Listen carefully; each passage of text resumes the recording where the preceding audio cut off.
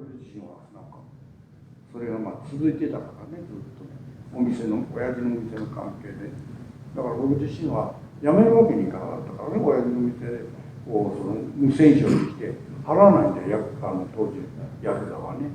ただその後のね、加藤先生から、渡辺先生の告白みたいなので、先輩は騙されたんですよ。黒崎先輩は普通に極真戻ったけど、先輩だけそのハモにされたままで、黒崎先輩に騙されたんですよみたいな。あ、そうなの。俺も全然もう要するに破門されても別にほら約10年近くシャンナやって、気が付いたらね、世界の極真になってたんで、もうそれで僕自身は満足してたんじゃない。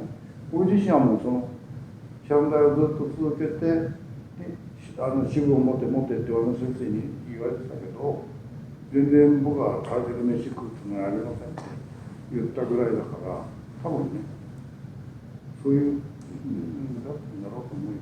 だってこの練習を空手を復帰するんだって、はっきり言うと僕自身の意思でやろうと思ってこれ始めたんじゃないんで、なんかいたんで誰か。それでその始めちゃった。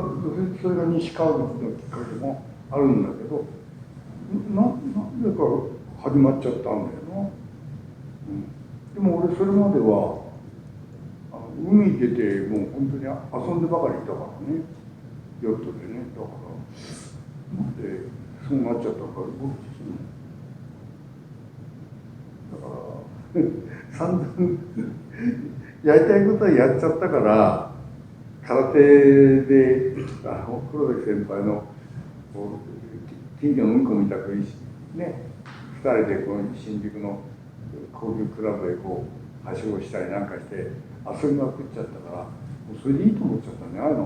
親の先生はなんか苦々しい感じだったらしいよ、加藤に言われたから。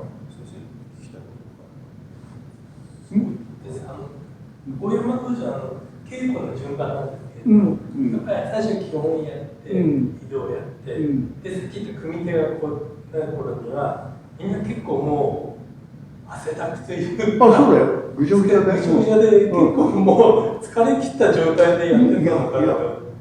みんな疲れないよ。疲れない。でも水とか当時飲む機会もなかったし、稽古終わった後1時間ぐらいは飲むなって言われたから、それをずっとやってきたよ。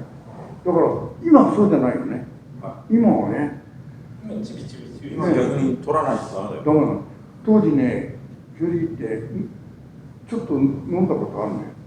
そしたらね、横っ腹痛かった。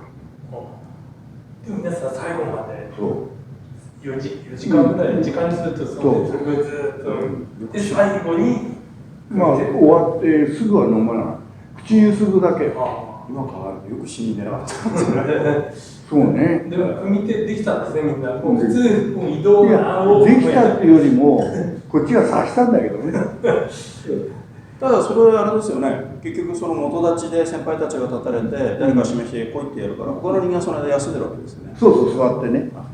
座って。だからずっとやりっぱりじゃなくて、組手の場合は座って30人ぐらい座って、30人は前に出ないけど、ある程度の人数が出て、それでこうしぶしぶバイクしてやって、何分ぐらいだろう。ただ当時その元立ちに立っていた方って何人ぐらいいたんですか。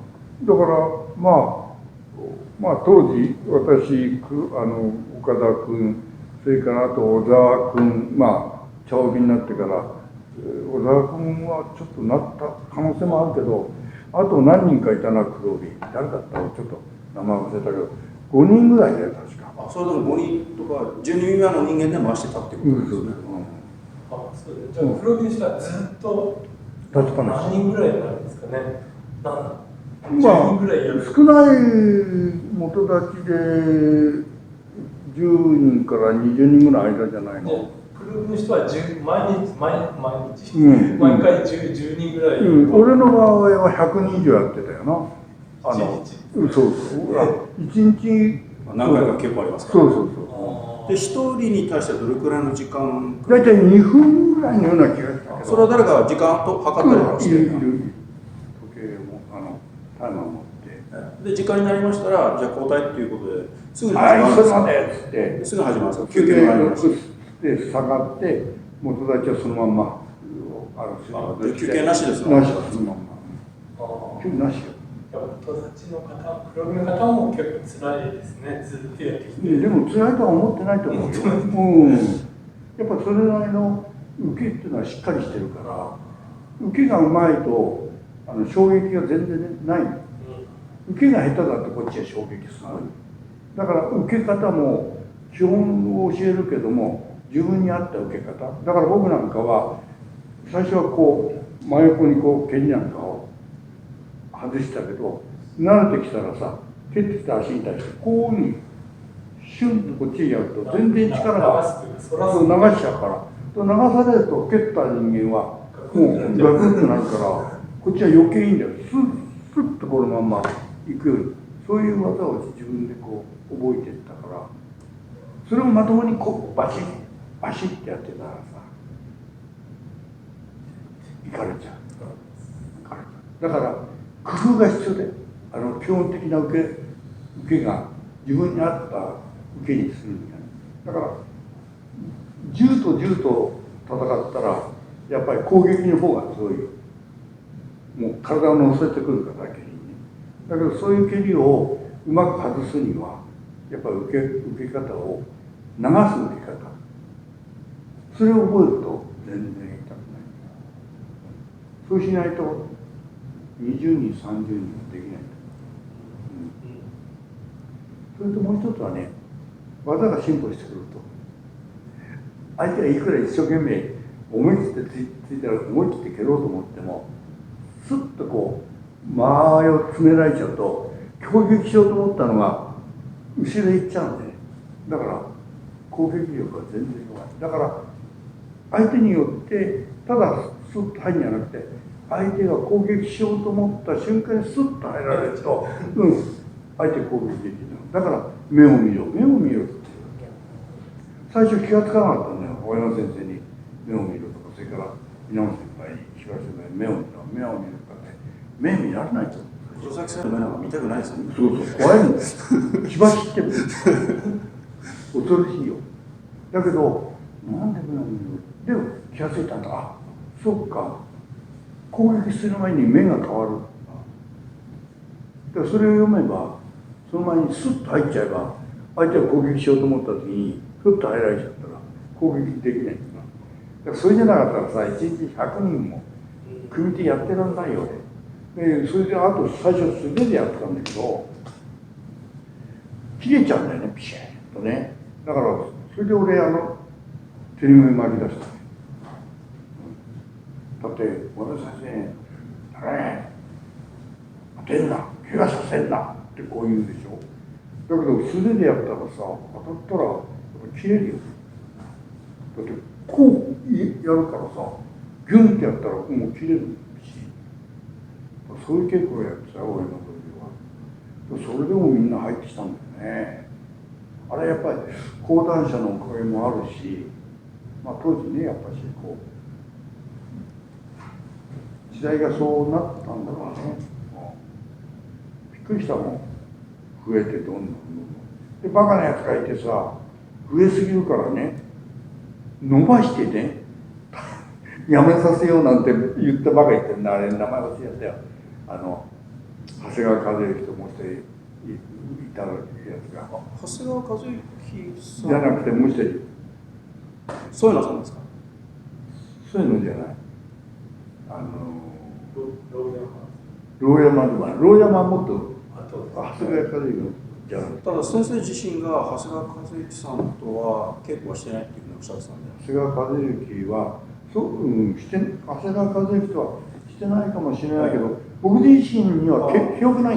僕も知らなくて、その先生が大山先生を訪ねて行った時に大山先生いますかっていうふうに言ったら、なんだお前誰だみたいな感じで対応されて、そしたら後ろからそのシャンが走ってきて、このバカ野郎ってこう殴られてたっていう。そうあれは覚えてる。だからそうすると藤平さんですとか加藤さんとかあ、そうだな、その後の人間がな、もし彼らをあれしてたのかな。その殴って終わらせようって言ったのは、その辺ですか。いや、その生徒が増えてしょうがないから殴ってやめさせるように仕向けようとかって言った。それはだから大山茂、違う、もっと芦原、芦原じゃない。そういうことをやったのは今言ったそういうのじゃなくて、加藤違う、その上のやつなんだっけ、今最初に言った最初俺名前なんだっけ。大山茂違う、その前大山茂君は僕がこう教えてたくらいだから。その人中村忠です。その前、その上じゃない、その下かな、今言ったなんだっけ、大山康彦さん。その前、芦原秀幸。違う、芦原はあいつ首手弱いから、そんな顔は怖いけど首手はそんな強くなかった。そういうのさんとか読むではなく、なんだっけ、その前に名前言った長谷川は違いますし、長谷川和之だ。長谷川先生タッチしてないんで、もっと下なんで。いや、そういうのさんも下なんで。いや、だから僕が行った時に「なんだお前は」って言ったのは長谷川和之。そうで、その時の後ろの方にいたそういうのが吹っ飛んできて、そうだな、同情生が増えすぎて稽古できないから、だから組手で伸ばしてやめさせちまおうって言ったのが誰かなってことで。それね、多分あいつはね、なんか今言った長谷川和之ぐらいのレベルのやつじゃなかったかな。ただその辺はもう先生がいなくなってから長谷川和之が入門してるんで、だからその立場じゃなかった。だから俺はしばらくぶりで会館にフライト出した時に知らないわけよ。誰がそういうことを言ったのかなと思いました。それはだからそういうのかな、後ろでぶん殴ったら長谷川のことを確かちょっとそんな記憶があるな。